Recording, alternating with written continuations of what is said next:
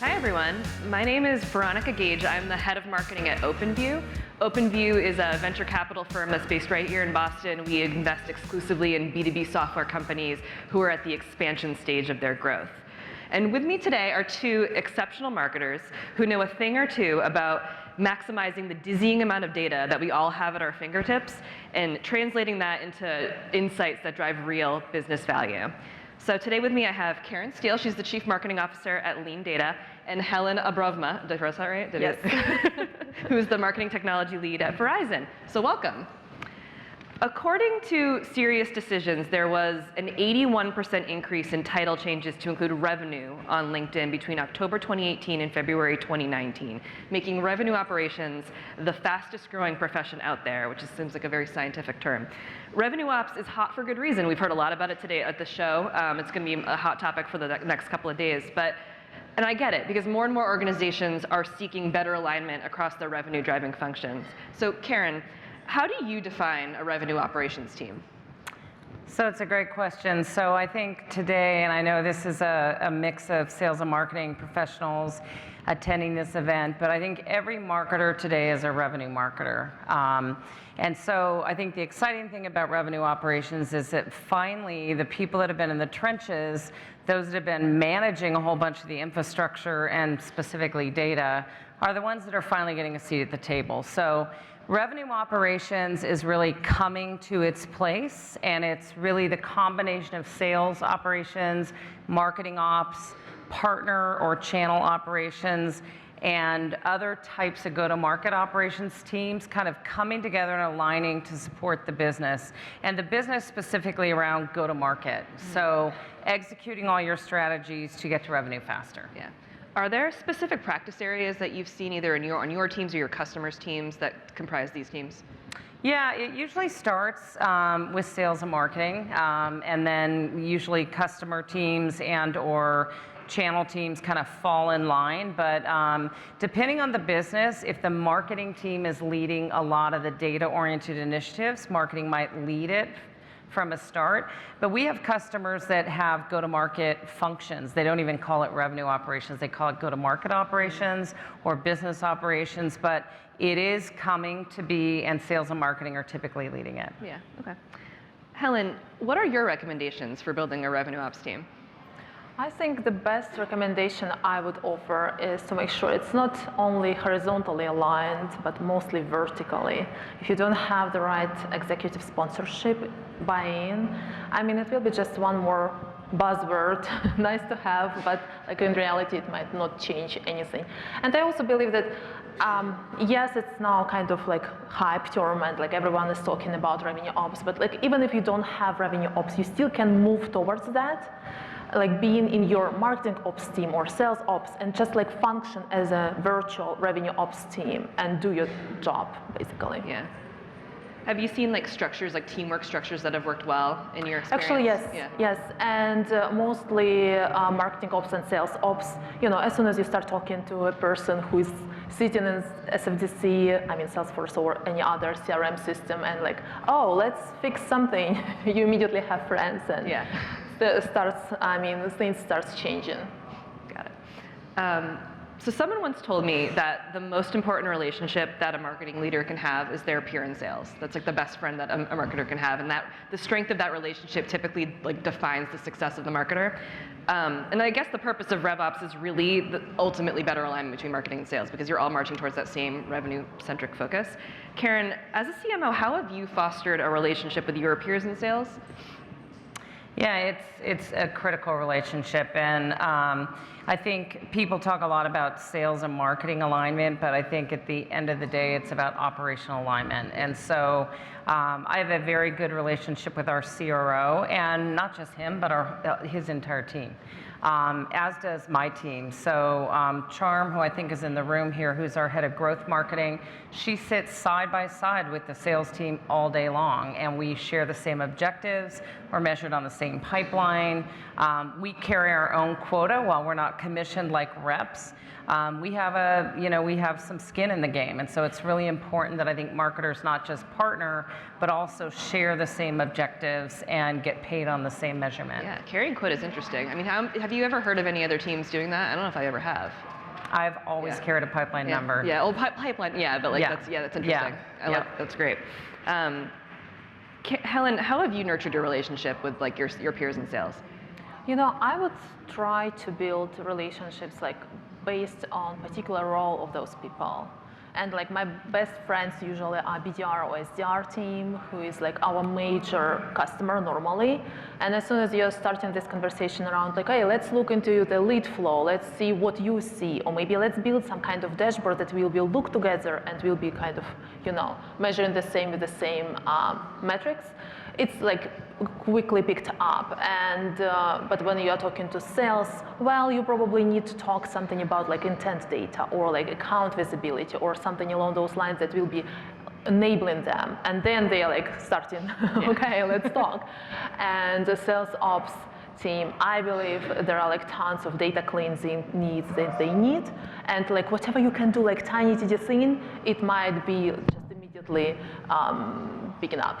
Yeah. So effective marketing operations really means sophisticated management of data, right? Like all the data from all these different disparate sources, all these disparate tools, getting it all together and trying to like get a bit more visible picture of like what you're working with. So Helen, how you're a pro, you're a two-time Marketo champion. How do you sort through the crazy amounts of data that you need to manage on a day-to-day basis or in your experience? Well, I think it's like multiple components in it. First of all, well, you need to know your data. You need to know how it's structured, how it's organized, where those like avenues it's coming in and out, and what's happening. And like the first thing that I would suggest, like once you are coming to your role, like do a database audit, see what you have, and slice and dice by like very general metrics that you might have. That's one thing. And another thing, you need to understand the processes, because like if like whatever is broken, it will keep like you will keep bleeding basically. Like if there are duplicates or bad data coming or lead leakage or whatever is going there, until you fix that, like I mean nothing else will be meaningful. And another part of this story, you really need to listen and to talk to your customers, your management, and figure out what they're looking for. And sometimes it's like you need to just bring them what they look for, but at the same time, like educate a little bit, saying like, well, you don't need specifically how many leads, but let's look how they convert, or let's see whatever you can bring. And then it starts helping, like it's moving. But I certainly say, like first you need to know, like you need to understand what you have there. Yeah, makes sense. So if I were to look at your like the most important metrics that you're tracking every single day, like the key dashboard, like the first click, first thing in the morning, what are the metrics that are like driving you, that you care the most about like today, and then like quarterly, and then what are the things that are like driving you the most nuts? Well, to be very honest, every morning I'm looking at my error dashboards. So Yeah. I really want to make sure that like nothing is broken. Yeah. So I'm checking just in case there is no blacklisting situations, there is no spikes in any kind of like metrics in general, and there are other like, how would I say, like some weekend points where I have those dashboards to see how many errors I have. Talking about data.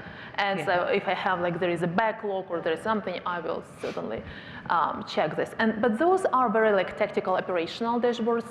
By the end of month, I will certainly look very much different ways. Yeah. And those are like number of leads certainly, and revenue contribution, and any kind of conversion rates. So this is mostly like end of the funnel or mid funnel metrics that we are looking for. And Karen, as a CMO, what's your view?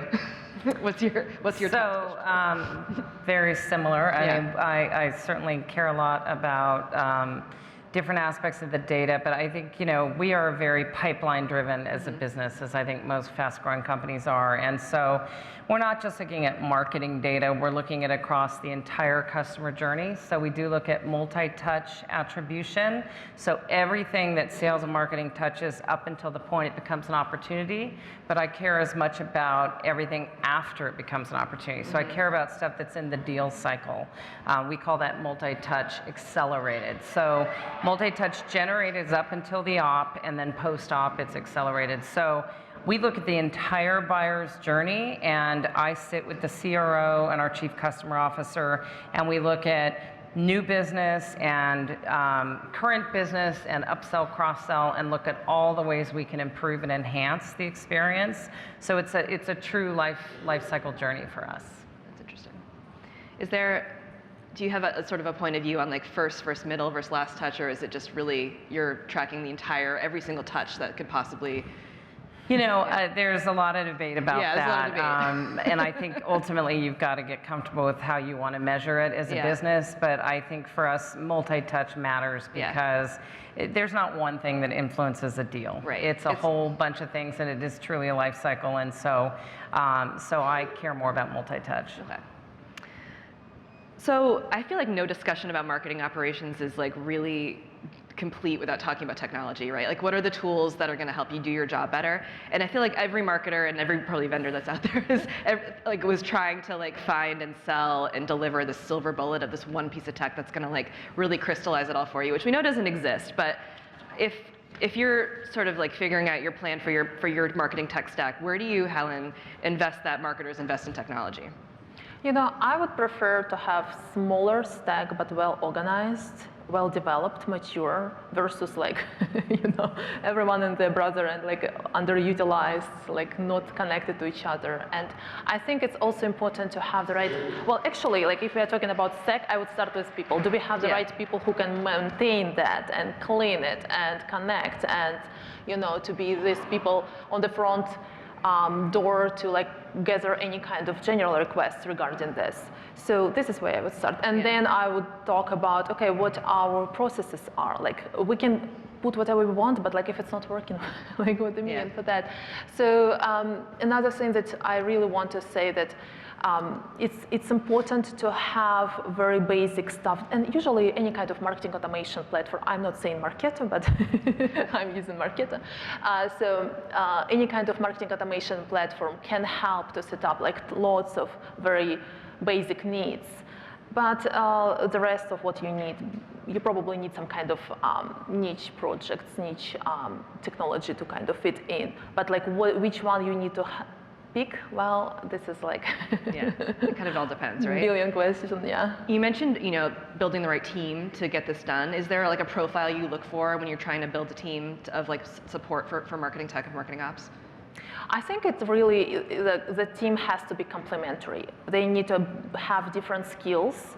And the more team you have, probably at some point you'll definitely need project manager as well. So like a very technical person who is like you can talk to this person until listening, like it's like very technical kind of conversation, to more maybe creative if you are doing maybe some kind of dimension as well. And certainly like you need data person and you need like very detailed oriented people who is running campaigns and doing a lot of different things. Mm-hmm. Karen, do you have any recommendations on where marketers invest in technology? Yes, I'm a technology vendor, so I'm not going to get on a soapbox here and tell you all the great things about what we do, but we do some pretty great stuff. But I think it's fair to say that most marketers and sellers today have a lot of stuff, a lot of tools in their portfolio. I think the main thing, and I think Helen touched on this, is there's people and there's process and there's tech, and all those things have to be aligned. And so ultimately, most of us have more tech than we ever get use of. And so the reality is you've got to line the right people up with the right process and technology to be really efficient. I think the beauty of revenue operations and bringing some of those operational functions together and having sort of a common strategy for data helps shepherd a lot of the technology decisions you're going to make. Because if your technology stack isn't performing for you and accelerating the revenue journey, why do you have it? Mm-hmm. And so we hired a head of revenue ops in our organization, and she really does bring together all the sales, marketing, customer, and channel operations into a single group. She also manages our sales enablement function. Now, marketing, we provide a lot of content to that function, but she spearheads a lot of that. So a lot of our tech decisions and our tech stack get managed by that function. I actually think that's a really that's a really nice way to manage that too. We also have Marketo. We use Salesforce internally. Those are kind of your two big, anchors. But you've got a lot of stuff around that, and I think there's a ton of data things that get managed around that. Lean Data has a platform for revenue ops, and we help manage a lot of that for our customers as well, to keep sort of that single data thread going through the revenue chain, which I think we all care a lot about. Yeah. That's interesting that enablement, and it makes a ton of sense that enablement ties into RevOps on your team. Was it hard to find that profile? Somebody who could kind of see like the sort of the data-centric view, but then also took like us 9 months to find somebody great. Yeah, I imagine. It's a tough role to hire, and but I think it makes a lot of sense when you think about if you're a fast-growing company and you're putting a lot of your operational teams together, like we have done in the case of revenue operations, putting enablement function in that group to, again, look across the people and the tech and the process to help the entire revenue plan is a hugely important step in growth. Helen, do you have any advice for how a marketing ops leader is able to sort of sell in additional technology that would potentially help make their lives a little bit easier when budgets are constrained? Well, there is no easy answer, Yeah. for sure. I would say building a business case, what it might resolve, and what you expect from this, what kind of lift in conversion rate, or like whatever you can measure. If you can build it and if you can explain, usually it's bought, it's getting supported. But in most cases, you need to have a good track of installed technology and something that performed well and helped. This is like if you're starting from scratch and everything else failed before, well, it's harder. Yep, makes sense. So, Karen, do you have any examples that you could share either from your peers or from somebody that you've met in the field of like how they've elevated and evolved the role of revenue ops in their organizations? I do. You do? Yeah, we have some great customer examples. And again, I think the most important thing today is, and you're going to hear a lot about revenue operations even here at this conference, whether you call it that or you call it go-to-market ops or business ops, just the idea of bringing that into a centralized function and elevating it to a place where the data is a central part of your strategy is really critical. So I just did a webinar last week with one of our customers who's in the security space, a company called Okta. And Len Fisher, who joined me on the webinar, he manages a 250-person team, including all their global SDRs, et cetera. But what they did is they streamlined all their revenue ops into a single function. They happen to call it go-to-market ops. And what he's able to do from a single point of view is look at the entire flow from the concept of a lead all the way to close deal. And he gets a lot of that visibility. We help empower that through Lean Data technology, but he gets all of that visibility and it informs how they then start new go-to-market motions and improve their business time over time over time. And so I think they're using operations not just as a place of measurement, but a place to drive the business and really improve it. That's interesting. Helen, do you have any examples from peers on how they've sort of elevated and evolved that role in their organizations? Well, this is a good question because like normally marketing ops are like traditionally perceived as like very supportive, something that is like you're coming to with already like ready to go plan, and this is just like take it and execute. So I believe like a lot of marketing ops people, they're challenged by that. Like how would you, and you have the whole volume, like huge volume of initiatives that you have to support, and at the same time there are a lot of big important and like infrastructural projects that can elevate and like help the entire organization, but like how to manage this all. I think it's really important to like find time and book your time, like find yourself available for those big projects, and show progress and show like potential where you can go, and kind of start shifting. Like if you have big volume, maybe you need additional resources, or maybe you need ticketing system, or like outsource it somehow, and move towards those big things, especially if it's like tied to any kind of revenue goals or conversions or visibility or like anything that you can help your organization. That would be helpful. But it's really, really important, like just rise above this noise. Yeah, get out of the data, the reporting cycle, and like elevate yourself to be a part of the business leadership. Yeah, and if I could add, Yeah, I that'd be totally agree with what Helen just said. I think that today's ops teams are not just the Marketo admins or the Salesforce admins. They truly have a seat at the table. They're part of coming up with the strategy and the plan of record, and they help steer the business. And so where I think that 10, 15 years ago, ops people were very subservient to the business plan. Now ops is driving the business plan, and more and more ops sits in the executive team meetings. They answer to board conversations because they are driving the revenue train. And so if you're an ops person today, it's a super exciting time to be an ops person, because every single company is focused on revenue growth, and that's where all the energy is today. And I will also say, you are in a huge demand. Yeah, tough job to, yeah, absolutely. Hard positions to find, super competitive, and these people are incredibly important hires. Yeah, totally agree. Yeah. Okay, well, we're coming kind of close to the end. So if there's anything that we missed, like what are the top 3 things for both of you that you would feel that the audience should take away from this discussion that we didn't cover? So revenue operations today, however you define it, is about aligning people, process, and technology.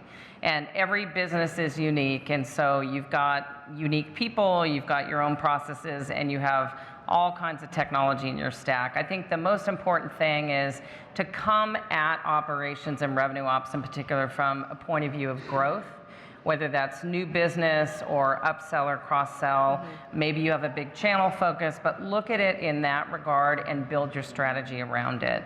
I think it's an exciting time to be an operations professional, as I said, and we're super excited to help ops folks grow stronger today.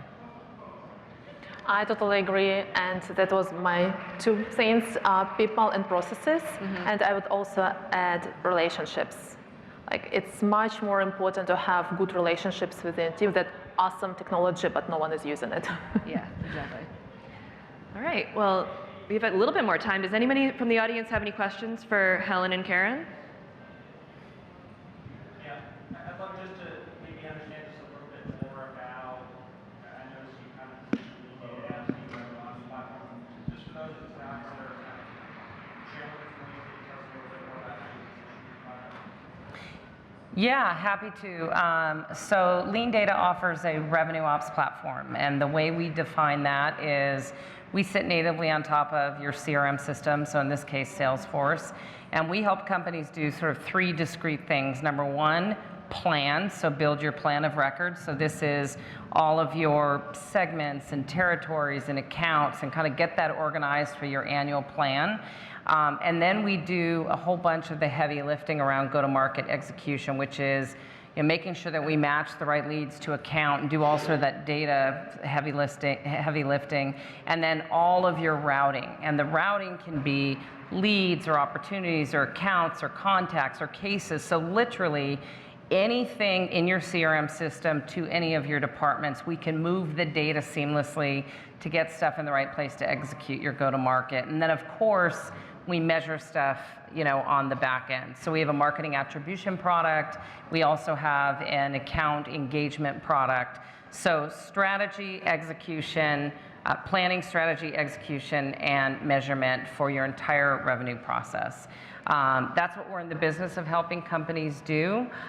We have great case studies of super fast growing companies that are using elements of our technology to do that today. And not every company that we deal with has created a revenue ops function. And the important thing is whether you've consolidated there or you just believe strategically that that's the future, we help companies manage the data to make their revenue process more seamless. Anyone else? All right. Do we have any other questions? All right, can we get a round of applause for our panelists?